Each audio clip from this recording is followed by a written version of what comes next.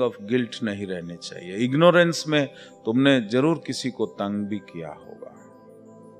ऐसा नहीं होता कि खाली तुम ही बेचारे आए हो, जो तुम्हारे से कमजोर भी बेचारा तुम्हारे जीवन में आया होगा। अब उससे गलती हो गई, क्योंकि जब तुम गलती करते हो तुम्हारी जो कॉन्शियसनेस लेवल होता है, उस समय अगर तुमसे पूछा जाए तो तुम ये कहोगे कि इससे ज्यादा ठीक हो ही नहीं सकता, मैं जो कर रहा हूं I am absolutely right.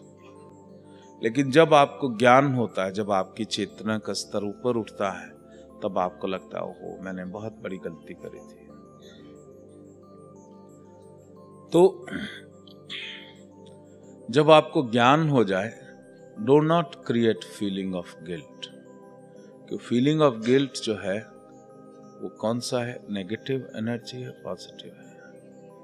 Negative. तो नेगेटिव साइकिक इंप्रेशन वो भी एक कर्म के रूप में अंकित हो जाएगा। तो अगर किसी को सताया है तो मन से आंख बंद करके उसको संभवी भेजते हुए आस्क फॉर फॉरगिवनेस, उससे क्षमा मांगो,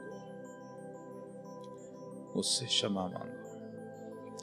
ये किस तरीके से किसी भी जीव को बिना कारणवश तंग नहीं करना चाहिए। अगर शाकाहारी मांसाहारी की भी बात करें तो पशु भी जो मांस खाता है,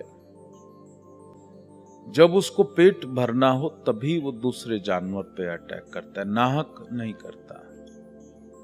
और मनुष्य ऐसा है कि नाहक ही किसी को भी जो भी सामने आ जाए तंग शुरू कर देता है, और उसमें कुछ ना कुछ कार्मिक कनेक्शन हो जाता है। मैं साउथ में था तो एक सरकारी अधिकारी थे, उनको फिट्स पड़ जाते थे और अस्पताल में चेकअप कराया, कुछ समझ नहीं आया।